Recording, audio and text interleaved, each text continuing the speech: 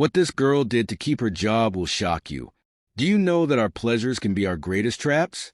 Often, what attracts us can also be the cause of our losses and our misfortunes.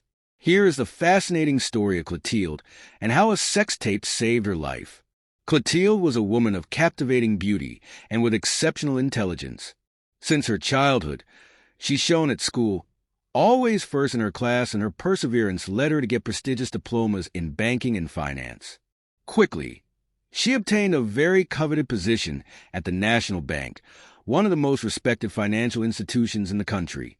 The National Bank, known for its excellence and led by the intransigent Mr. Johnson, was the summit of professional success for many young graduates.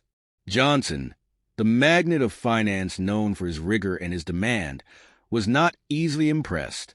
However, during her interview, Clotilde was able to captivate him with her confidence and lively spirit. She signed an exceptional contract, a salary of 2 million francs, an unimaginable sum for a beginner. Very quickly, Clotilde stood out among her colleagues. Her professionalism and her rigor were unanimously praised. However, the National Bank was not a stable place. Under the unpredictable management of Mr. Johnson, the employees lived in constant fear of being thanked. One day, a staff member could be congratulated for his exceptional work. The next day, he left home with his things in a box. Aware of the precariousness of his post, Clotilde worked hard again. She arrived well before dawn and left the office well after her colleagues. She tried to remain irreproachable to clients themselves were paying their dues. But just 5 months after his arrival, a financial scandal broke out within the bank. Fails in the internal controls had left serious irregularities. The discovery of these errors provoked unprecedented anger in Mr. Johnson. Very quickly, rumors of a great cleaning spread among employees and panic spread. Even the oldest staff, what Clotilde admired and considered as figures of stability and authority, was not to be spared. Some were praying to leave on the field. Their offices emptied in a few hours.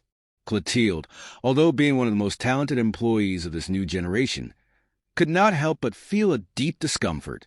She knew that nothing, absolutely nothing, was guaranteed in this merciless universe. Each meeting became a supply for her. The mere mention of her name was enough to raise a deafening anguish in her. The millions she touched every month, accompanied by multiple advantages, offered her a quality of life she had always dreamed of.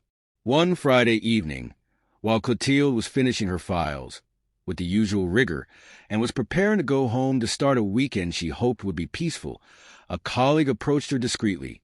It was Sarah, an employee a little older, known for his flair to dig up information before everyone. In the dark, Sarah quickly looked around before muttering, "Clotilde, I need to talk to you about something. A document will be published Monday morning." Clotilde raised her eyebrows, intrigued but slightly annoyed. She was tired and was already looking forward to leaving the office to find the peace of her apartment. "A document?" she asked. "Yes, a list. The names of those who must be licensed. Name and figure, Clotilde." Clotilde's world will collapse in a fraction of a second. She felt a wave of heat rising in her, followed by a cold. How could this be possible? She had done everything to be unquestionable. That evening, Clotilde returned home to mind, unable to hide the anguish that surrounded her. She slowly rolled to her home, in a crowd of emotions. Once there, she put her bag down and sat on her sofa, with her eyes lost in the void. But as she meditated on her fate, a knock at the door broke the heavy silence of her apartment. Clotilde jumped up, then slowly got up to go open in difficult moments. Anna only needed a glance to understand that something was wrong. Clotilde's eyes, red and shiny, said everything. "Clotilde, what's going on?" she asked gently. Clotilde hesitated. She lacked words. But finally, she cracked and spilled everything. The scandal at the bank, the list of licenses, her name that appeared. Anna listened carefully, without interrupting. Then, after a moment of reflection, she replied with a surprised assurance from Clotilde. "There is still a way to change the situation. Clotilde, intrigued, raised her head. How come? You know that in this business, decisions are irrevocable. Anna sketched an enigmatic smile. Maybe for some, but not for you. Not if you call on the old Huggy. The old Huggy, said Clotilde, perplexed. Yes, replied Anna. He's an old man who lives in a popular neighborhood in the city. They say he has solutions to everything, even the most desperate situations. He has helped people recover their jobs, solve family conflicts, and even avoid ruin. Clotilde brushed her eyebrows. Dubious. She wanted to reject this idea, but the circumstances left her no alternative. She needed this job. If there was a solution, as strange as it may be, she was ready to try it. The two friends took the road, plunging into the night towards the domain of ACHA Gotcha. ACHA Gotcha lived in a mythological neighborhood out of town, almost forgotten by the rest of the world. They hit gently, and the door opened slowly, without a grunt. An old man with white hair, dressed in a long beige jacket, welcomed them. Come in, he said, with a deep but calm voice, moving away to let them pass. Hegacha took his place on his low stool. He listened to Clotilde's story with almost intimidating attention, never interrupting her. Clotilde spilled her despair, describing his fierce struggle to keep his job, his concern for the fatidic list, and his desperate need to find a solution. When Clotilde was done, a heavy silence invaded the room. Hakagacha slowly nodded his head, signifying that he had understood and accepted to help her. I can help you, he said. His voice was deep, but there is a price to pay. Clotilde, already tense. I felt a ball forming in her throat. The solution I will give you will work, but it will require a sacrifice. Are you ready to give shame to the dog to keep your job? Clotilde lightly brushed her eyebrows, disconcerted by this enigmatic expression. Give shame to the dog, she repeated, trying to understand. Higacia sketched a thin smile, but her eyes remained serious. 808. It meant you had to accept to get dirty, to do what others wouldn't dare to do. Without thinking, Clotilde was nervous, desperate, and ready to do anything to save her job. But she didn't expect what was coming. At Chigacha, a sign of the hand let two men enter the room. They were robust, simply dressed, and were creating an impassive atmosphere. The old man took the floor again, his deep voice resonating in the closed space. 838. What you have to do is film yourself entertaining sexual relations with these two men. The video will then be published on the internet by my care. It is only after that I will tell you what to do to get what you are looking for. Clotilde felt the ground fall under her feet. Was it a joke? A test? She turned a panicked look towards Anna, who seemed to be disconcerted by the turn of events. Hachagacha, imperturbable. She looked into his eyes. Yes, it is an act of renunciation to your shame. You said you were ready for anything. Now it is time to prove how far you are ready to go to get what you want. Clotilde felt her heart beating her mind. 9:35. The pride of having reached a coveted position. A video of her with men? After all, she said, what really changed? It was nothing serious. Not in a world where appearances count more than morality. Clotilde raised her head and declared with a trembling but resolute voice, Okay, I'll do it. The dark and oppressive room became the place of an act that Clotilde would never have imagined living. Under the instructions of Akagacha, the video was quickly filmed, without giving him time to think or regret. Once the video was finished, Akagacha took it back and put it in a black bag. He looked at Clotilde straight in the eyes before putting a canary back on him and asking him to buy a big mirror. 10:30. Clotilde collapsed on her bed, exhausted. She fell asleep quickly, submerged by fatigue and emotions. The next morning, she was woken up by the unceasing noises coming from her phone. It was vibrating and ringing nonstop. Half asleep, she took it and was shocked. More than 300 missed calls, dozens of messages and notifications. Worry. 10:58. She opened her phone and noticed a message containing a link. She clicked on it, and what she saw paralyzed her. The video she had recorded the day before had gone viral on the internet. She saw her intimacy spread all over the world, and shame submerged her. Under the video, cruel comments were accumulating. Another one selling her dignity for money. Is that her real face? Employee model. What a joke. Some even asked for a link to download the video. The messages from her colleagues didn't take long either. Sarah, the one who had warned her about the licensing, wrote to him, "You're not ashamed? Even if the boss wanted to keep you, he won't have a choice now." Clotilde burst into tears.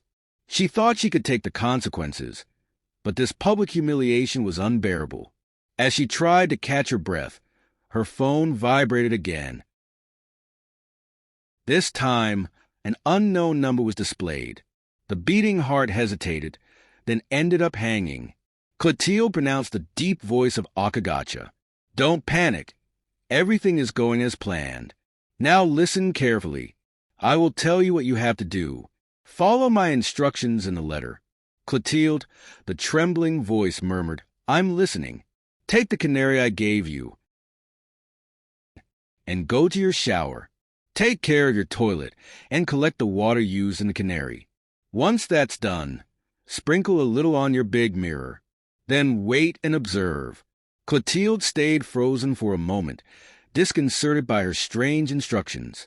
But under the influence of a mixture of fear and curiosity, she slowly got up and said every word of Akagacha. After finishing the toilet, she returned to her room, the canary filled with water. The large mirror she had bought, imposing and shiny, seemed to have almost fixed her.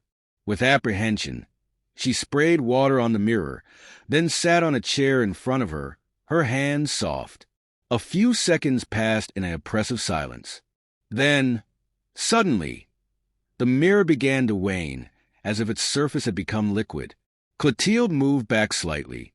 1328. Eyes wide open in amazement.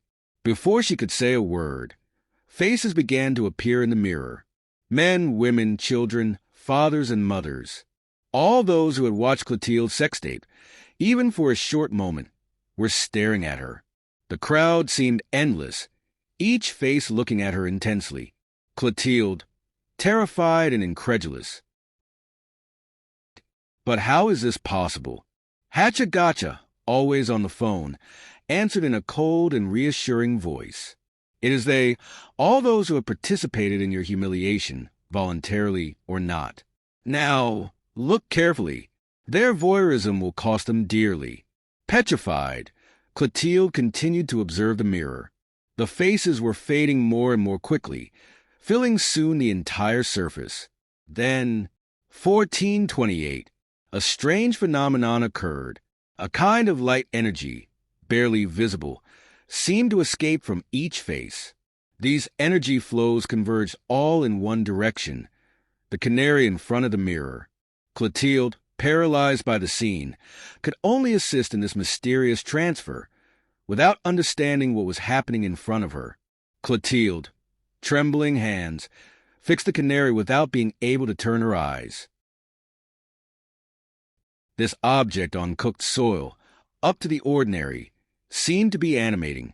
As the strange energy penetrated it, it heard a deafening noise, similar to a beating, emanating from the inside. The phenomenon seemed endless. The more people watched the video on the internet, the more faces appeared in the mirror, and the more the canary filled with this mysterious energy. After hours, the canary, once empty, was now full. Always on the phone, broke the silence. It's over for today. Tomorrow morning at 1 a.m., you will have to use the canary's content. Wash yourself with this water from head to toe and go back to work. Everything will change. Clotilde, exhausted by the experience, nodded her head without much conviction. The next day before dawn, she woke up with a heavy heart. She took the canary with caution and went into her bathroom. 1556. She washed herself with strange water, each drop slipping on her skin like a heat sail. Once the ritual was over, she dressed carefully and prepared to go to the office. When arriving at the National Bank, everything seemed normal at first glance.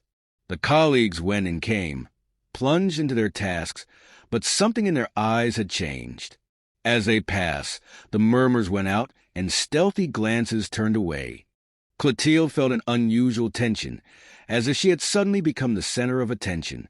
Shortly after her arrival, an unexpected call shook her morning. Mr. Johnson, the demanding and feared director of the National Bank, summoned her immediately to his office. With a beating heart, Clotilde entered, trying to hide her apprehension. Mr. Johnson, installed behind his large office in solid wood, Mademoiselle Clotilde, how's that for a neutral tone? You're no doubt aware that I'm in the process of reorganizing my team. Yes, sir, she replied, her throat tight, expecting the worst. A heavy silence hung over the room, but to her surprise, he continued, I'm going to remove you from your current position, but not to fire you. I'm going to promote you and increase your salary. Of all people, you are the only one I wanted to keep. Clotilde remained motionless for a moment, unable to believe what she had just heard. Mr. Johnson, impassive, pushed a contract and a pen to her. If that suits you, here is a contract. Without hesitation, Clotilde grabbed the pen and almost febrile signed his trembling hands of relief and gratitude. The fear of losing his job immediately vanished, leaves room for the excitement of this new opportunity. As he leaves Mr. Johnson's office, a sense of victory invades him, as if she had conquered an inaccessible summit. The following weeks, the video becomes a distant memory for Clotilde. Her position in the company was now unwavering, and her influence continued to grow. She was respected and feared at the National Bank. A powerful woman whose decisions and words weighed heavy was nicknamed the Almighty. A simple word from the boss was enough to provoke the immediate dismissal of an employee. However, if they were to prosper, their entourage was under a completely different spell. Several friends and colleagues who watched the video saw their lives sink into chaos. Some were victims of scruples, or lost their jobs in an inexplicable way. Others witnessed personal tragedies, broken relationships, aborted projects, or sudden and unexplained health problems. The unknown, these thousands of people who had clicked on the video out of curiosity or voyeurism, did not escape this dark fate. Their star, their chance, and their vital energy seemed to have been torn to take advantage of Clotilde. Now, it's shown at the top, fed by this strange and invisible transfer, while those who had participated, voluntarily or not, to his humiliation, were subject to the consequences of an act they thought was trivial. The history of Clotilde reminds us of an essential lesson on the dangers of social networks and the way they exploit our curiosity. By rushing to watch obscene videos or images that make the buzz, we contribute to a destructive cycle often much deeper than we imagine. Each click reinforces the virality of a content, sometimes amplifying the humiliation or the damage in the lives of the people exposed. By simply wanting to satisfy an unhealthy curiosity, we become, without realizing it, accomplices of the spiral. Each viewing, each sharing, each comment leaves an imprint. Behind these contents that attract by their sensational character or manipulations. And that's the end of our story. We hope you liked it. Leave us a like, a comment, and a share. See you soon.